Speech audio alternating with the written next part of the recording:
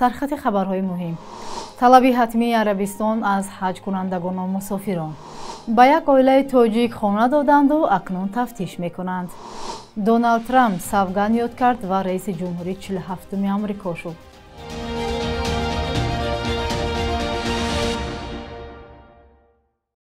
سلام بیننده های عزیز، امیدوارم خوبید و نویدی بامدادی رو تماشا دارید. امروز سه‌شنبه 21 ینور. عربستان سعودی شروع از 1 فوریه امسال از همه مسافران از جمله زائرانی که به این کشور میروند گواهنامه امکانی بر ضد منینگیت طلب میکند.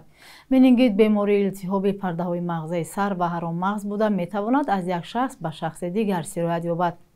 وزارت تندرستی عربستان سعودی خبر داد که این طلبات به همه مسافران از 2 ساله بالا از جمله به زائرانی که برای ادای حج و عمره میروند داخل دارد. طبق این طلبات از این به بعد مسافران باید واکسن 4 جزئی نیسریا گیرند و گواهنامه امگذارانی را تا 10 روز پیش از سفر به دست آورند. مقامات سعودی این چاره‌ها را برای تامین بخطری سلامتی و پیشگیری پنه‌شوی بیماری‌های صورتی شرح دادند. یک کارمند خدمات گمرک با گمان قلابی دستگیر شده است. اگنت ضد فساد تاجیکستان با نشر این خبر گفت د شریفوف که در وظیفه متخصصی به رسمیت دراری گمرکی ترمینال دوستی فعالیت میکرد با مقصد درآمدی مفت و با راه فریب از شهروند BA هنگامی به رسمیت گمرکی درآوردن افت لکسوس 300 $1900 و 21987 سامانی را از معیاری مقرر گردیده بر زیاد گرفته است. به اطلاع منبع نسبت به گمانبر با اتهام قلابی با مقدار کلان طبق ماده 247 قسم 3 بند ا کدکس جنایی تاجیکستان پرونده آغاز کرده شده است. بازداشت کارمند گمرک حادثه نو نیست. مسئولان خدمات گمرک تاجیکستان ماه اوگوست سال گذشته در نشست خبری بازداشت چند مأمور این نهاد را تصدیق کردند. آن زمان عظیم ترسونزاده معاون اول سردار خدمات گفت برخی کارمندان این نهاد به کارهای نامطلوب دست زدند و تحقیق قضیه جریان دارد. الکساندر باستریکین رئیس کمیته تفتیشاتی روسیه دستور داده است تا درباره شهادتنامه گرفتن منزل به یک عائله از تاجیکستان در میتیش برایش گزارش دهند. اخیراً مقامات در شهر میتیش روسیه در دوره برنامه دولتی دستگیری عائله‌های سرفرزند به همسران تامین سمد و رمضان رحیموف سندی دادند که طبق آن عائله صاحب منزل زیست می شود. بنا به خبرها اعضای این خانواده تاجیک 14 سال پیش به روسیه رفته صاحب شهروندی شدند. 4 فرزند آنها در روسیه تولد شدند. کاربران شبکه‌های اجتماعی از روسیه در شهرهایشان این خانواده را دشنام تحقیر کردند. منصبدار ناحیه میتیش مجبور شده است که شرح زیری نوشته‌اش را بندد. تقریباً 8000 کاربر با گذاشتن رمز نامعقول اعتراض خود را به این تصمیم مقامات نشان دادند. این بحث تا به وکیلان دومه دولتی روسیه رسیده به موضوع دوغ تبدیل یافت. در اساس درخواست فعالان این شهر کمیته تفتیشاتی روسیه تحقیق قضیه را آغاز کرده است. بر نوشته خبرگزاری‌های محلی حالا از روی خنک نظری به دلیل پیشنهاد غیر قانونی شهادتنامه منزل تفتیشات آغاز شده است. بر اثر فرو ریختن سنگ و ریگ در کنی انگشت فانیاغنوب در ناحیه عینی ولایت سوخت 3 کارگر جان باخته است. حادثه روز 17 ینور روی داده است. کمیته حالت‌های فوق‌العاده با نشر این خبر گفت جان باختگان 41، 42 و 47 ساله بوده. جسدهای آنها به بیمارخانه ولایتی برده شدند. مقامات نام و نسب فقیدگان را نشر نکردند. مقامات حفظ حقوق سبب‌های فاجعه را تحلیل و تفتیش می‌کنند.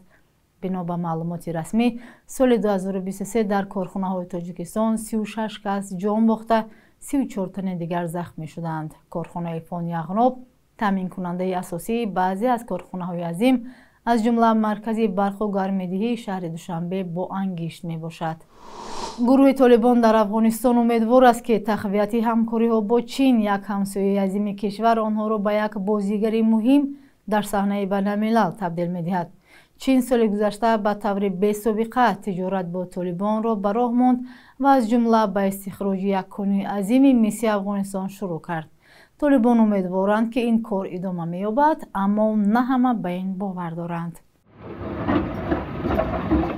ساختمان راهی نو در یک منطقه دوردست در شمال و شرقی افغانستان. طالبان امید دارند تجارت با چین همسایه را رواج می‌بخشد. ساختمان پارچه از راه نو هموار اول سال 2024 به پایان رسید. مقامات طالبان و مردم دره وخان امیدوارند که از حساب این راه اقتصادی ویرانه افغانستان جان می‌گیرد. این راه اگر باز شود زندگی مردم وخان انشالله خوبتر شد. ساختمان راه فقط یکی از برنامه‌های سرمایه‌گذاری چین در افغانستان است. طالبان امیدوارند سرمایه‌گذاری‌ها امسال زیادتر می‌شوند. ماه ایول سال گذشته پس از 16 سال تأخیر چین و حکومت طالبان به استخراج کان آغاز کردند که دومین کان بزرگ مس در جهان محسوب می‌شود. چین همچنین سال گذشته از سرمایه‌گذاری به طرح‌های استخراج نفت و گاز اعلان داد و از تقویت تجارت با افغانستان. اولین قطار مال و محصولات چینی هم سال گذشته از طریق قلمروی کشورهای آسیای مرکزی به افغانستان رسید. با وجود اعلان خوشخبرها، چین همچنان میل ارتباط مستقیم با افغانستان را ندارد.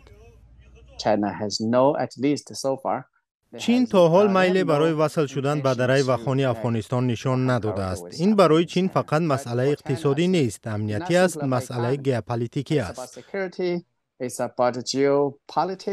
توجه چین به افغانستان قبل از طالبان هم بود، ولی بعدی رسیدن این گروه به قدرت در سال 2021 رابطه ها نزدیکتر شد. طالبان افراطی امیدوارند با استفاده از ثروت‌های زیادی طبیعی افغانستان از چین کمک‌های حیاتی، مالی و دیپلماتی به دست می‌آورند. برای طالبان همه این همکاری‌های نزدیک با چین به دست آوردن مقام بازیگر بین‌المللی است. اما عامل‌های زیادی هست که اجرای طرح‌های چین را به تأخیر می‌اندازد. یکی هم عامل امنیتی. کارگران چینی به طور افزاینده هدف حمله گروه‌های جنگجو از جمله در داخل افغانستان می‌شوند. عین زمان در اینجا در دره وخان ساختمانی ادامه دارد، راهی که حالا برای ماشین‌های کلان و اتوبوس‌ها موافق نیست. چین هم تا حال پاسگاه‌های گمرکی در مرز خود نگذاشته است. من انتظار ندارم که چین سرمایه‌گذاری زیاد کند. از این راه طالبان برای همکاری‌های نزدیکتر اقتصادی با چین راه ناهموار و دشوار گذر خواهد بود.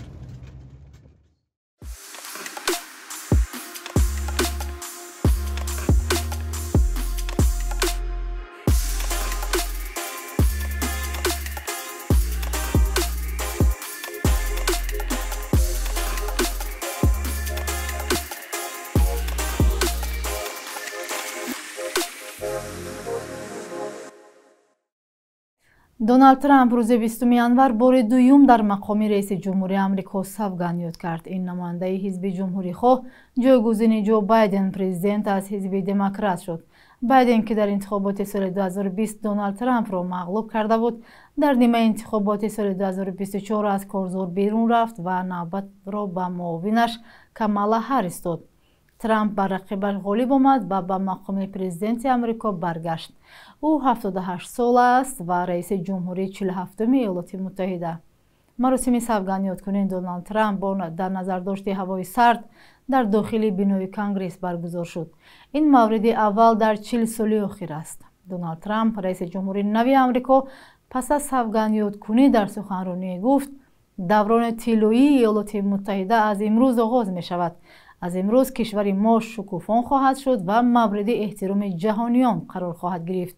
اجازه نخواهیم داد که از ما سوء استفاده شود، گفت او. ترامپ در مورد سیاست خارجی نیز اظهارات گسترده داد. او گفت می‌خواهد صلح‌آفر و متحد کننده باشد.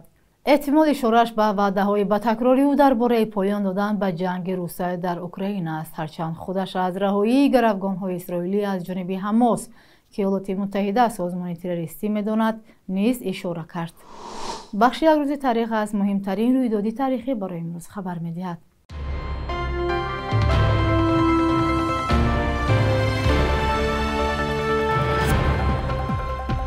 سال 935 در شهرستان توس قلمرو ایران امروزه ҳаким Абулқосим Фирдавсӣ таваллуд шудааст. ӯ 85 сол умр дид ки онро сарфи эҷоди яке аз бузургтарин осори адабиёти форсии тоҷикӣ шоҳнома кардааст. дар ин китоби бузург шоир на танҳо таъриху ривоятҳои миллии мардуми эронӣ нажодро умри ҷовид бахшид, балки рӯҳу равони қаҳрамонӣ ва забони ноби ин мардумро барои садсолаҳо зинда дошт. 21 январи соли 2000 нахуст шумораи нашрияи мустақили Азия Плюс аз чоп баромад ки ба забони русӣ таҳаввулоти сиёсиву иқтисодии Тоҷикистон ва ҷаҳонро нашр мекунад. ин нашрия ки дар миёни матбуоти дигар тавонистааст мавқеи пештозро ҳифз кунад, баъди солҳои 2015 аз вуҷуди хати сурх дар матолиби интиқодӣ ва ё фишору худсензура шикоят кард. шаби 20 ба 21 январи соли 2015 мақомоти Тоҷикистон аз Москав Мақсуд Иброҳимов, яке аз ёрони муассиси гурӯҳи 24 Умарали Қувватовро истирдод карданд. таҳқиқи парвандаву ҳукми 17 соли зиндони ин фаъоли сиёсӣ тобистони соли 2015 пушти дарҳои баста ҷараён гирифт ва хешовандонаш аз ҳамаҷонӣ ба поймол шудани ҳуқуқи Иброҳимов шикоят карданд. мақомоти тоҷик гуфтанд, иттиҳомоти ӯ мисли даъватҳои ошкор ба табдили сохти конститутсионии Тоҷикистон исботи худро ёфтааст. созмонҳои ҳомии ҳуқуқи Иброҳимовро зиндонии сиёсӣ меноманд. субҳи имрӯз қурби рубли русӣ бетағйир аст. бонки миллии Тоҷикистон 1000 рубли русиро 109 сомонӣ, 100 евроро 1129 сомонӣ ва 100 долларро 1094 сомонӣ муқаррар кардааст.